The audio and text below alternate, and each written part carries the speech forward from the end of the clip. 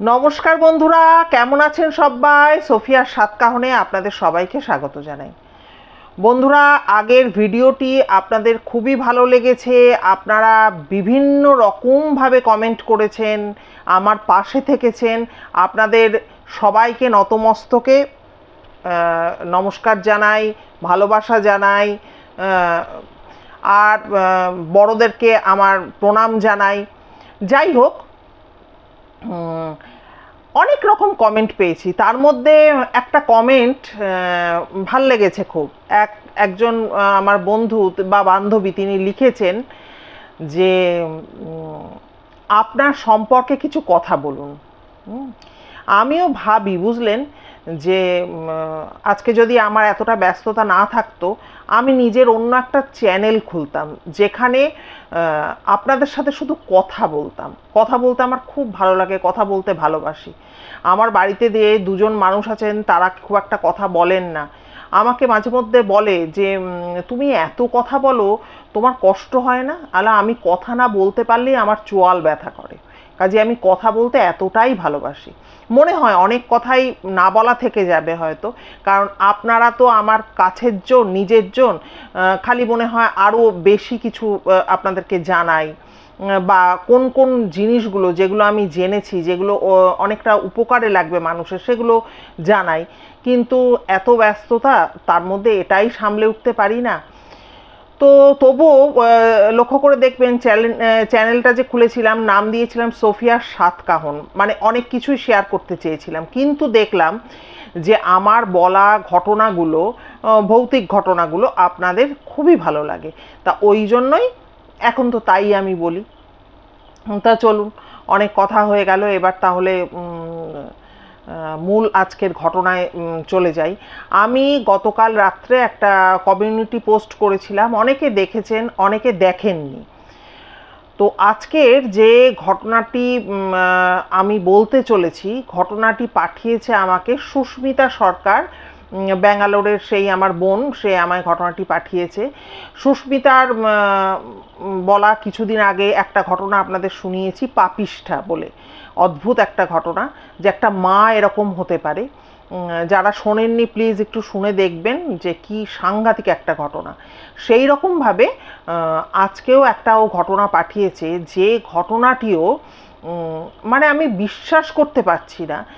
আপনাদের সালটা আমি বলবো যে কত সালে ঘটেছে, খুব বেশি দিন আগের কিন্তু ঘটনা নয়। এই রকম ঘটনাও ঘটতে পারে, এটাই আমার মনে হয়েছে। এবং আপনারাও শুনলে ভাববেন যে এটা কিভাবে সম্ভব। এগুলো তো আমরা গল্পের বইতে পড়েছি, কিন্তু এটা যে বাস্তবেও ঘটে বা ঘটতে পারে, সেটাই আজকে বলবার জন্য এসেছি। তো ঘটনাটি সুস্মিতা আমাকে শেয়ার করলেও, ঘটনাটি অ্যাকচুয়ালি শেয়ার করেছে কে সেটা আমি বলে দিই। সুস্মিতার এক বান্ধবী থাকে বহরমপুরে। ওর বাড়ি যে কি বলবো, হেল্পিং হ্যান্ড বলতে পারি, হেল্পিং হ্যান্ড যিনি আর কি। একদিন ওই সুস্মিতা ওকে ওই পাপিষ্ঠা যে গল্পটা আমি বলেছি এখানে, ঘটনাটি এখানে বলেছি, তো সেই ঘটনাটিকে ওই আমার ওই ভিডিওটা নিয়ে সুস্মিতা পাঠিয়েছে তার ওই বান্ধবীকে, যে শুনে দেখিস, আমার এই দিদির কাছে আমি এই ঘটনাটা বলেছি, এই ঘটনাটা আমার শেয়ার করা, দিদি বলেছে। তো ভালো কথা। উনি যখন ওই ওই মানে সুস্মিতার বন্ধু যখন ওই ঘটনাটি শুনছিল, তখন কিন্তু ওই হেল্পিং হ্যান্ড যে ভদ্রমহিলা, তিনি ঘরে কোনো একটা কাজ টাজ কিছু করছিলেন। তখন শুনতে শুনতে উনি বলেন যে দিদি, এরকম ঘটনাও ঘটে, আর আমার নিজের জীবনেও জানো তো একটা অদ্ভুত ঘটনা ঘটেছে। তখন বলেছে, তখন ওই সুস্মিতার বান্ধবী বলেছে, হ্যাঁ হ্যাঁ বলো বলো, কী ঘটনা বলো, তুমি বলো না তাহলে আমি, সুস্মিতার নাম করে বলেছে, ওকে পাঠাবো, ওই দিদিকে পাঠাবে, এবার যদি অনুষ্ঠানে ঘটনাটি বলা হয় তাহলে তুমিও শুনতে পারবে। তা এইভাবে এই ঘটনাটি আমার কাছ অবধি এসে পৌঁছেছে। মানে ঘটনাটি শুনে একটা এতটা ভয়াবহ এবং অদ্ভুত ঘটনা, মানে আমি মনে মনে ওই সুস্মিতা তো আছেই, সুস্মিতার বান্ধবী এবং ওই হেল্পিং হ্যান্ড ওই দিদিকে আমি অসংখ্য ধন্যবাদ জানিয়েছি যে এরকম একটা ঘটনাও মানে তুলে যে ওনারা ধরেছেন। কি মারাত্মক ঘটনা, চলুন তাহলে শুরু করা যাক। তো এই যে হেল্পিং হ্যান্ড যার কথা বলছি, ওনাকে আমি সম্বোধন করব কিন্তু দিদি বলে, হ্যাঁ, আপনাদের আগাম বলে রাখলাম। তো এই দিদি মানে বাড়িতে, দিদির বাড়িতে দিদির স্বামী আছে আর মেয়ে আছে। তা দিদি তো উদয়স্ত পরিশ্রম করেন, প্রায় 5-6টা বাড়িতে দিদি কাজ করেন, আর দিদির স্বামী কিন্তু ভ্যান টানেন। এবার এনাদের পরিবারে সুখের কিন্তু বা শান্তির কিন্তু কোনো অভাব ছিল না। এনারা ভীষণ শান্তিতে ছিলেন, নিজেরা উদয়াস্ত পরিশ্রম করতেন, এবং তারপরে কিন্তু ওই দিন শেষে এসে তাদের লক্ষ্যই ছিল বা স্বপ্নই ছিল মেয়েটিকে বড় করে তোলা। তো দিদি যে বাড়িতে কাজ করতেন, সেই বাড়ির মানে 5-6 বাড়িতে বললাম কাজ করতেন, ওনারাও কিন্তু দিদিকে অসম্ভব, মানে সবাই কিন্তু ভালোবাসতেন। হ্যাঁ, তো একদিন কি হয়েছে, একটা বাড়িতে দিদি কাজে গেছেন, তখন ওই বাড়ির যারা রয়েছেন আর কি মেম্বাররা, তারা দিদিকে বলেন যে দিদি এই মাসটাই তুমি করে নাও, আমরা আর এখানে থাকবো না, আমরা অন্য জায়গায় চলে যাচ্ছি, এরপরে তোমাকে আর আসতে হবে না। তো স্বাভাবিকভাবে বুঝতেই পারছেন, এই ধরনের সমাজের যারা মানুষরা রয়েছেন, তাদের যদি হঠাৎ করে একটা কাজ চলে যায়, তাদের মাথায় তো আকাশ ভেঙে পড়ে। তখন দিদি চিন্তা করতে থাকেন যে মেয়েটা তো পড়াশোনা করছে, সংসারের খরচ আছে, যা মানে আয় করি সবই তো সংসারে আর মেয়ের পেছনেই চলে যায়। তো এখন এতগুলো টাকা আসা ফট করে যদি বন্ধ হয়ে যায়, তাহলে কি করে কি হবে। আর দিদির স্বামীও যে ভ্যান টানেন, তিনি কিন্তু নিজের সম্পূর্ণ উপার্জন কিন্তু স্ত্রীর হাতে দিয়ে থাকেন। তো দেখুন, আমি কোনো কাজকে কিন্তু ছোট করছি না, যেভাবে সুস্মিতা বলেছে আমি সেভাবেই বলছি। যে ও যেটা বলেছে যে এই ধরনের মানুষদের মধ্যে কিন্তু শান্তির বড় অভাব থাকে। হ্যাঁ, কারণ দেখুন, একটা কথা কি বলুন তো, এই ধরনের মানুষদের মধ্যে শিক্ষার যেহেতু অভাব রয়েছে, সেহেতু এই নেশা করা বা ঝগড়াঝাটি অশান্তি করা এই ব্যাপারগুলো থাকে। কিন্তু দিদির স্বামী কিন্তু খুবই ভালো মানুষ ছিলেন, এবং সব সময় কিন্তু নিজেদের ওই স্বপ্ন বা এই লক্ষ্যর দিকে এনারা এগিয়ে চলতেন, এবং সারাটা দিন কিন্তু এনারা স্বামী স্ত্রী মিলে মানে অসম্ভব পরিশ্রম করতেন শুধুমাত্র মেয়েটিকে বড় করে তোলার জন্য। তো যাই হোক, তো দিদি এইসব ভাবতে ভাবতে আসছেন যে এতগুলো টাকা তো চলে যাবে, কি করে কি হবে এইসব ভাবছেন। হঠাৎ করে একটা জানলা, মানে জানলা বলতে পুরাতন বাড়ির, বহু পুরাতন বাড়িগুলোর কথা মনে করে দেখুন, সেই যে গড়াদের মতো লম্বা লম্বা যে জানলাগুলো থাকতো দরজার মতো, সেই জানলা থেকে একটি মেয়ে ডাকে দিদিকে, ও কাকিমা, কাকিমা একটু শুনবেন, এই বলে কিন্তু মেয়েটি ডাক দেয়। এবারে মেয়েটি যখন ডাক দেয়, তখন ওই মানে দিদি যিনি আর কি, উনি বলেন হ্যাঁ যাব, কিন্তু কি ব্যাপার যদি একটু আপনি বলতেন। তখন বলছে যে আরে তুমি ওপরে এসো না কাকিমা, তুমি ওপরে উঠে এসো। তো দিদি বলছে ঠিক আছে।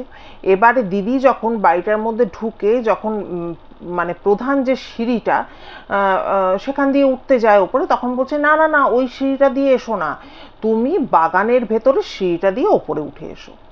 তা তার কথা মতো দিদি সেই বাগানের ভেতরে সিঁড়িটা দিয়ে একদম ওপরে উঠে যায়, এবং ওপরে উঠে যায় মানে 3 তলাতে উঠে যায়। 3 তলায় উঠে গিয়ে ওই মেয়েটি দিদিকে বসতে দেয়। এবার দিদি যেটা বর্ণনা দিয়েছে সেটা হচ্ছে 3 তলায় একটা পোর্শন প্লাইয়ের পার্টিশন দিয়ে কিন্তু আলাদা করা, সেই পোর্শনে মেয়েটি থাকে। একটা ছোট্ট বারান্দা রয়েছে, বারান্দা মানে সোজাসুজি একটা ঘর, আর ওই ঘরটা দিয়ে মানে ঘরের ভেতর দিয়ে গেলে পর ওদিকে হচ্ছে কিচেন, তারপরে মানে ওয়াশরুম এই সমস্ত রয়েছে। তো যাই হোক, এবারে মেয়েটি তো ওই দিদিকে বসতে দেয়, এবং কাকিমা তুমি বসো বলে দিদিকে বসতে দেয়। এবার তারপরে মেয়েটি বলে যে ও কাকিমা তুমি কফি খাবে। এবারে দিদির ম্যাজিকের মতো একটা ঘটনা মনে পড়ে যায়, দিদি কিন্তু কোনোদিনও কফি খাননি। দিদি একটি বাড়িতে কাজ করেন, সেই বাড়ির বৌদি কিন্তু রোজ কফি খান আর দিদিকে কিন্তু চা দেন। এবার দিদির বরাবরই ওই কফির প্রতি একটা ঝোঁক, দেখবেন যে যেটা খায়নি বা পড়েনি তার সেদিকে ঝোঁক থাকে। তা দিদির বরাবরই ইচ্ছে করে যে এক কাপ কফি খেলে মন্দ হতো না, কিন্তু ওই যে মানে দিদির এরকম ব্যাপারটা যে বললে কিন্তু ওই বাড়ির বৌদি, যেহেতু সবাই দিদিকে ভালোবাসে, নিশ্চয়ই এক কাপ কফি বানিয়ে দেবে, কিন্তু ওই যে একটা সংকোচ থেকে উনি আর কোনোদিনও বলে উঠতে পারেননি। তো মনে মনে ভাবে, বাহ, মেয়েটা তো খুবই ভালো, বসতে দিল, আমাদের মতো লোকেদের এত আদর যত্ন করছে, আবার কফিও খাওয়াবে বলছে, যাক তাহলে আজকে এক কাপ কফি আমি খেতে পারবো। তখন দিদি বলে হ্যাঁ খাবো। তখন বলছে হ্যাঁ তুমি বসো, কফি খেতে খেতে কথা হবে। তারপরে দিদিকে মেয়েটি এক কাপ কফি এনে দেয়। মেয়েটি এবার দিদিকে বলে যে ও কাকিমা, জানো তো আমি না আজকেই স্কুলে যাইনি, আমি এখানে একা থাকি আর আমি স্কুলে চাকরি করি। তো দিদি বলে ও আচ্ছা। তখন বলে দেখো না কাকিমা, তুমি যে কাজ করো, হ্যাঁ তোমাকে তো আমি দেখি, আর আমি না একা থাকি, তো চাকরি করে বাজার করা, রান্না করা, হ্যাঁ ঘর দুয়ার পরিষ্কার করা, আমি না আর পেরে উঠছি না গো। হ্যাঁ তুমি যদি একটু কাজটা করো তাহলে আমার খুব উপকার হয়, ভালো হয়। তো তখন দিদি বলে যে মানে মনে মনে দিদি ভাবে, বাবা এ তো আকাশের চাঁদ পেলাম হাতে, আজই একটা বাড়ি থেকে না করলো, আবার আজই এই মেয়েটা আমাকে ডেকে কাজ দিচ্ছে। দিদি তো আনন্দে মানে আত্মহারা হয়ে যায়। হ্যাঁ তখন দিদি বলে যে ঠিক আছে আমি কাজটা করব, হ্যাঁ কোনো অসুবিধা নেই। এবার বলে যে কবে থেকে করব। তখন বলছে যে তোমার তুমি আজ থেকে কাল থেকেও করতে পারো, আবার তুমি 2-4 দিন পর থেকেও তুমি করতে পারো, সেটা তোমার ইচ্ছা। তখন দিদি বলে ঠিক আছে আমি তাহলে মানে তার পরের দিন থেকেই কাজটা আমি করব, যেদিন কথা হচ্ছে তার পরের দিন থেকেই করব। কিন্তু দিদি আরেকটা কথা বলে যে আমি যে আসবো, আমি কোন সময়টা আসলে তোমার সুবিধা হবে। তখন বলছে দেখো কাকিমা, আমি তো ওই 6:45 দিকে বা 6টার দিকে স্কুলে বেরিয়ে যাই, 6:45 থেকে 6:45 আমি স্কুলে বেরিয়ে যাই, 7:45 থেকে আমার স্কুল শুরু হয়, আর আমার ফিরতে ফিরতে ওই 11:30 মতো বাজে। তুমি এসো না, তুমি কাজ করো, 12টা থেকে 12টার দিকে এসো। এবার দিদি তো আনন্দে আত্মহারা হয়ে যায় যে দিদির 12টার সময় সব কাজ শেষ হয়ে যায়, তাহলে 12টার পর মানে 12টার সময় আসবে, 12টার পর কাজ করে চলে যেতে পারবে। খুব খুশি হয়ে যায় দিদি। তো যাই হোক, নির্ধারিত দিনে তো মেয়েটির কাছে তো দিদি পৌঁছে যায় এবং কাজ করা শুরু করে দেয়। কাজ সামান্য কাজ, কয়েকটা ওই বাসন টাসন পরে, আর মেয়েটির হয়তো 2-একটা জামা কাপড় দিদি কেচে দেয়, আর ওই ঘর ঝাড় পোছ এই সমস্ত কাজ করে। আর মেয়েটি না খুব দিদির খেয়াল রাখে, মানে পুরো নিজের মতো ভাবে দিদিকে টেক কেয়ার করে, বা তার কথা শোনে, গল্প করে, সব থেকে বড় কথা খুব গল্প করে দিদির সাথে, আর দিদিকে খুব ভালোবাসে, আর দিদিও কিন্তু মেয়েটিকে প্রচণ্ড ভালোবেসে ফেলে। এবার একটা আপনাদের কথা বলছি, আপনারা এই কথাটা কিন্তু আমার মাথায় রাখবেন। এই ঘটনাটা হচ্ছে 2017-18 ঘটনা, এমন কিন্তু বেশি দিন আগের ঘটনা নয়, 2017-18 ঘটনা। তো যাই হোক, দিদি তো মেয়েটিকে খুবই ভালোবেসে ফেলে। এবারে দিদি যেটা জানিয়েছেন যে দিদি কিন্তু এই কাজটা পেয়ে না খুব খুশি হয়েছিল, খুবই খুশি হয়েছিল, কারণ মেয়েটির কিন্তু কোনো রকম খুঁতখুঁতানি ছিল না দিদির কাজ নিয়ে। অনেকে হয় না যে বাড়িতে এরকম হেল্পিং হ্যান্ড যখন আসে তখন পেছনে লেগে থাকা, এটা করলে না তো, ওটা করলে না তো, সেরকম কিন্তু দিদি কিন্তু মেয়েটি কিন্তু কিচ্ছু করতো না।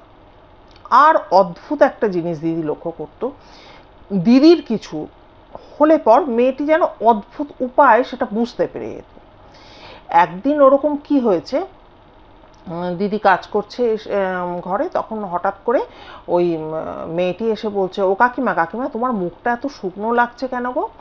তখন দিদি বলছে, আমার মুখ শুকনো দেখাচ্ছে সেটা তুমি বুঝতে পেরেছো? বলে হ্যাঁ আমি তো দেখছি।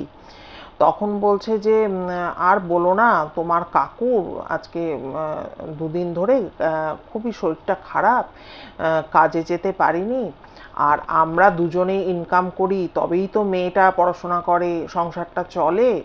তো এই রকমভাবে দুদিন যে কাজে বসে গেছে, তাতে তো বুঝতেই পারছো কি করে, এটা আমাদের জন্য তো খুবই একটা চিন্তার ব্যাপার না।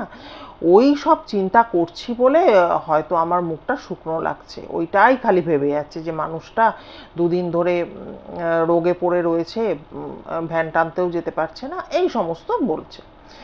তখন মেয়েটি শুনেছে, তারপর যাই হোক দিদি তো কাজকর্ম সেরে যখন বেরোতে যাচ্ছে, তখন মেয়েটি কিন্তু দিদির হাতে 2000 টাকা দিয়েছে। এবার তখন দিদি বলছে, তুমি আমাকে 2000 টাকা দিচ্ছ, আমার মাইনেও তো এত নয়। তা দিদি যেটা জানিয়েছে যে এই মেয়েটি কিন্তু দিদির মাইনা, যেটা মাহিনা আর কি, মাস মাহিনা, সেটা কিন্তু ধার্য করেছিল 1500 টাকা। এবার দিদি বলে যে আমি কিন্তু এত অল্প কাজের জন্য এত টাকা কখনোই চাইতাম না, কিন্তু মেয়েটি কিন্তু নিজের থেকে এই টাকাটা দিদিকে দিত।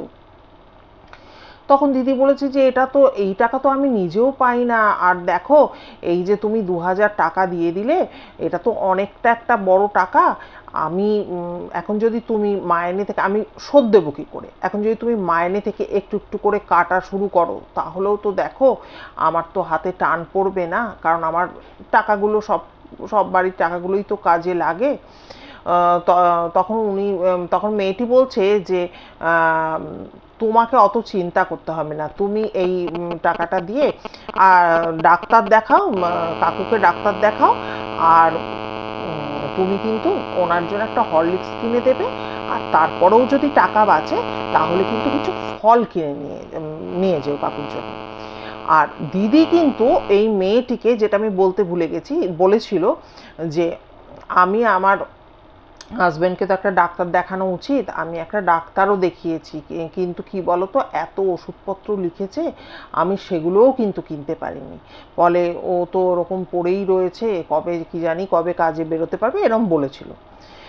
তো তারপরে তো এই কথা মেয়েটি বলে এবং জোর করে কিন্তু দিদির হাতে কিন্তু টাকাটি সে গুঁজে দেয় যে তোমাকে নিতেই হবে, তুমি নিয়ে যাও, আর আমি তোমাকে মাইনে থেকেও কাটবো না, কিচ্ছু না, আমি কিন্তু তোমাকে এই টাকাটা এমনিই দিলাম, কাকুর জন্য দিলাম, তুমি কাকুকে আগে সুস্থ করে তোলো।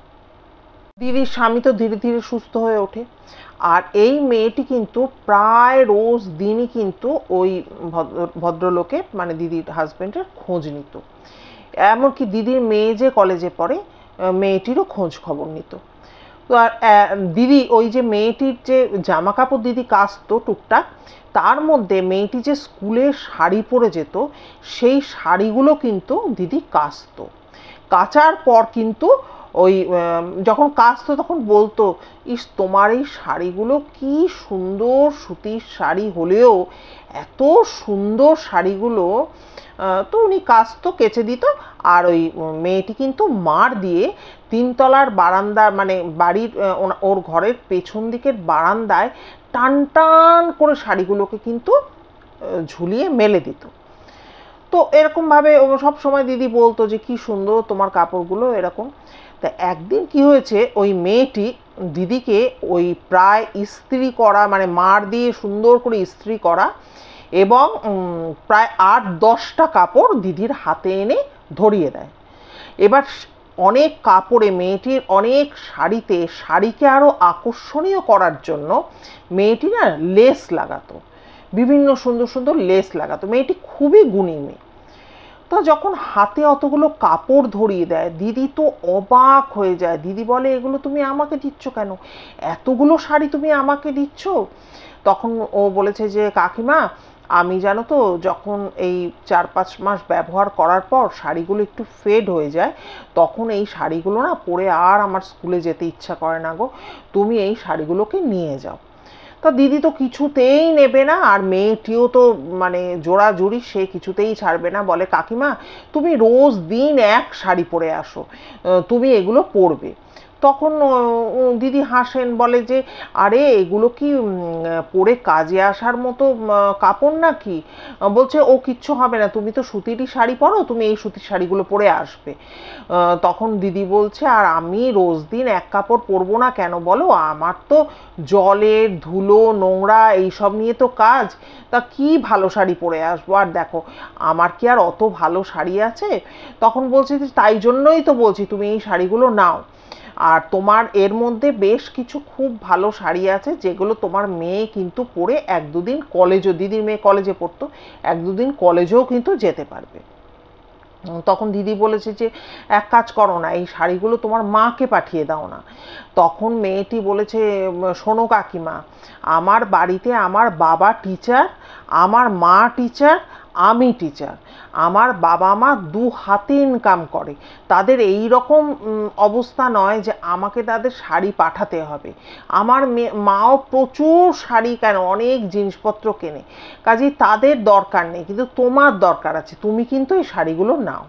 তো দিদি তো এই শাড়িগুলো নিয়ে বাড়ি চলে আসে এবং তার মেয়ে তো দেখে খুশিতে ফেটে পড়ে, এত সুন্দর শাড়িগুলো শাড়িগুলো মানে ফেড হলেও খুব সামান্য ফেড, একদম নতুনের মতো, মার দিয়ে সুন্দর করে ইস্ত্রি করা। তা দিদির মেয়েটি কিন্তু দেখে খুব খুশি হয়ে যায়। এবারে প্রায় এই করতে করতে দিদি কিন্তু 2.5 মাস কাজ করে ফেলেছে। কাজ করবার পর একবার কিন্তু দিদি অসুস্থ হয়ে পড়ে। তো অসুস্থ হয়ে পড়ে, খুবই অসুস্থ হয়ে পড়ে। তো তখন তো উনি আর যেতে পারবেন না কোথাও আর কি। তো এই অবস্থা, তখন উনি ওনার স্বামীকে বলেন যে এক কাজ করো, তুমি সব বাড়িতে একটু খবর দিয়ে দাও না, আমি এখন 3-4 দিন যেতে পারবো না, শরীরটা খুবই খারাপ হয়েছে। মানে দিনের পর দিন তো এনারা খাটেন, শরীর খারাপ হয়েছে। তো ঠিক আছে। এবারে এই গুণগুলোর জন্য কিন্তু প্রত্যেকটা বাড়িতে দিদিকে খুবই ভালোবাসতো, যে অন্তত খবরটা পৌঁছে দিত কি হয়েছে না হয়েছে বা এই ব্যাপারগুলো। তো যাই হোক, এবার ওনার হাজবেন্ড তো বলে ঠিক আছে আমি যাব। এবারে উনি গিয়ে সমস্ত বাড়িতে কিন্তু খবর দিয়ে দেন।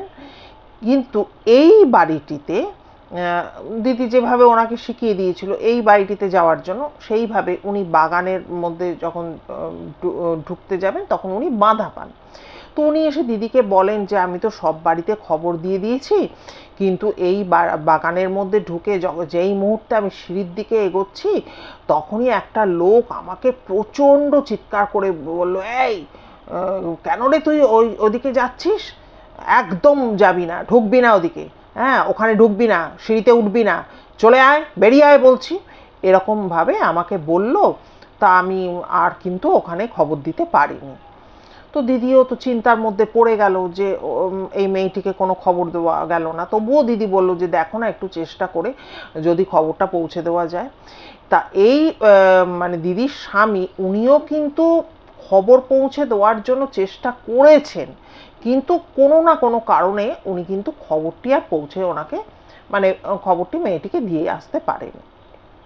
যাই হোক, 3-4 দিন বাদে তো দিদি বেরিয়েছি। এবার মেয়েটির বাড়িতে তো 12টা থেকে ধরলাম 1টা অবধিই কাজ করতো বা কিছু, এবার সামান্যই তো কাজ। তো এই কাজটা ছিল একদম লাস্ট কাজ, মানে এই মেয়েটির বাড়িতে। কিন্তু তার আগে তো দিদি অনেকগুলো বাড়িতে 5-6টা বাড়িতে কাজ করতো। তা প্রথম বাড়িটা কাজ করে যখন দ্বিতীয় বাড়িতে গেছে তখন দ্বিতীয় বাড়ির বৌদি তার মানে একটা দিদিকে একটা কথা বলে, সেটা হচ্ছে যে ওনার বোন, তার বছরখানেক হলো বিয়ে হয়েছে, এবার ট্রান্সফারেবল জব মানে হাজব্যান্ডের। তো ওই জন্য উনি বলেন যে দিদি আমার বোন তো আমার একদম কাছাকাছি তো চলে এসছে, এবারে ওই ভদ্রমহিলার বাড়ির কাছাকাছি বোন ভাড়া নিয়ে এসছে। আর তখন কিন্তু উনি কনসিভ করেছেন। তো দিদি তুমি দেখো না, বোন আর পেরে উঠছে না সংসারে কাজ করতে, এই সময় তো জানো শরীরটা খারাপ থাকে, সকালবেলা মাথা ঘোরায়, গা বমি বমি করে, ও কাজ করতে পারছে না, এদিকে হাজব্যান্ডের টাইমে খেতে দিতে হবে, সে অফিস যাবে। তো তো ওই জন্য তুমি যদি একটু দায়িত্ব নিয়ে কাজটা করো খুব ভালো হয় দিদি, তোমাকে করতেই হবে। এবার উনি বলেন, মানে দিদি বলেন যে হ্যাঁ আমার তো, আমি তো বুঝতে পারছি করতামও, কিন্তু কি করব বৌদি, আমার তো বুঝতেই পারছো সময়ের অভাব হয়ে যাবে। আর 12টা থেকে 1টা লাস্ট বাড়িটা আমি কাজ ধরেছি, তো আমি যদি তারপরে তোমার বোনের বাড়িতে যাই, তুমিই বলো না আর তার কি কোনো সুরাহা হবে? তখন ওই ভদ্র বৌদি বলেন যে আর কি, মানে ওই ভদ্রমহিলা যে কিন্তু কি করব দিদি বলো, আমি অন্য কাউকে পাঠাতে ভরসা পাচ্ছি না, তোমাকে করতেই হবে দিদি, যেমন তেমন করে তুমি সময় বার করো, দরকার হলে তুমি ওই 12টা যার বাড়িতে যাও তারপরে এসে আমার বাড়িতে কাজ করো, কিন্তু আমার বোনের বাড়িতে তুমি কাজটা ছেড়ো না, কাজটা তুমি করো। তখন দিদি ভাবতে থাকেন রাস্তা দিয়ে আস্তে আস্তে যে এরকম একটা কাজ, নতুন কাজ আসছে, কিন্তু সময় আমি কি করতে পারবো, মনে হয় না করতে পারবো, আমার তো একটা সময়ের ব্যাপার আছে। আর এদিকে বাড়িতে ফিরে গিয়েও 4 ডাল ভাত তো আমায় ফুটিয়ে খেতে হয়। আর দিদির মেয়ে যদিও নিজে রান্না করে খেয়ে দিয়ে কলেজে চলে যেত, তো তবু এইসব কথা ভাবতে ভাবতে আসছে। এসে এবার যখন ওই মেয়েটির বাড়িতে এসছে, এবার বাড়িতে উঠে তো যাই হোক গেছে, সিঁড়ি দিয়ে উঠছে আর কি, একরাশ দুশ্চিন্তা নিয়ে উঠছে যে এই মেয়েটি আমাকে এত উপকার করে, হ্যাঁ সময় অসময় দেখে, আর একেই আমি খবর দিতে পারলাম না, সবার বাড়ি খবর পৌঁছালো গেলেও এর এখানে খবরটা দিতে পারলাম না। তো দিদিকে ওই মেয়েটি বলে রেখেছিল যে আমার ঘরের দরজা কিন্তু হয় খোলা থাকবে নয় ভেজানো থাকবে, আর তুমি যদি এসে দেখো আমি ঘুমাচ্ছি আমাকে কিন্তু তুমি ডাকবে না, কারণ বুঝতেই তো পারছো কাকিমা আমি তো অনেক সকালে ঘুম থেকে উঠে স্কুলে যাই, আমাকে তুমি ডাকবে না। তো সেই মতো দিদি তো ঘরে ঢোকে। এবারে দিদি তো গিয়ে দেখছে মেয়েটি ঘুমাচ্ছে, তো দিদি না মেয়েটিকে আর ডাকেনি, তো বলেছিল যে আমায় ঘুমাতে দেখলে ডাকবে না। দিদিও ভাবে আহারে সকালে উঠে থাকবে, ঘুমাচ্ছে ঘুমা।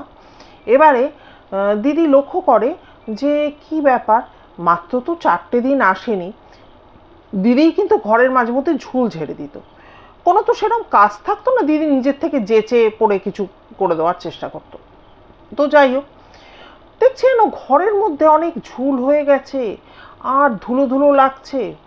তো দিদি অতটা গুরুত্ব না দিয়ে নিজের মনে কাজকর্ম করে, যা উনি কাজকর্ম করেন টুকটাক আর কি সেগুলো করেছেন, করে টোরে নিয়ে এবার যখন রান্নাঘরে গেছে গিয়ে দেখছে যে প্রথমে ভেবেছে দেখি আগে রাগ করে আবার সব কাজকর্ম করে রাখেনি, তো তো দেখেছে যে না কাজকর্ম করতে হবে। তো রান্নাঘরে গেছে, রান্নাঘরে গেছে, যখন গেছে তখন একটা হক করে প্রচণ্ড পচা গন্ধ নাকে এসে লেগেছে। তা গিয়ে দেখছে যে না কয়েকটাই সামান্য থালা বাসন পড়ে আছে, আর তাতে যাই এঁঠো টেঠো টুকটাক লেগে থাকে এঁঠো বাসনে, তার থেকে এত দুর্গন্ধ বেরোচ্ছে।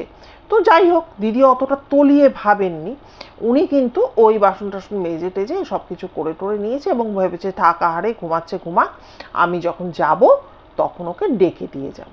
হ্যাঁ, তো সমস্ত কাজ টাজ করে ঝুল টুল ঝেড়ে 2-1টা জামা কাপড় ছিল সেগুলো কেচে টেচে দিয়ে এবারে দিদি মেয়েটির কাছে গেছে। তো দিদি মেয়েটির কাছে গিয়ে দেখছে মেয়েটি পুরো সোজা হয়ে শুয়ে রয়েছে এবং মুখের ওপরে এরমভাবে হাতটি দেওয়া আছে। তো এবারে দিদি মেয়েটিকে ডাকা শুরু করেছে।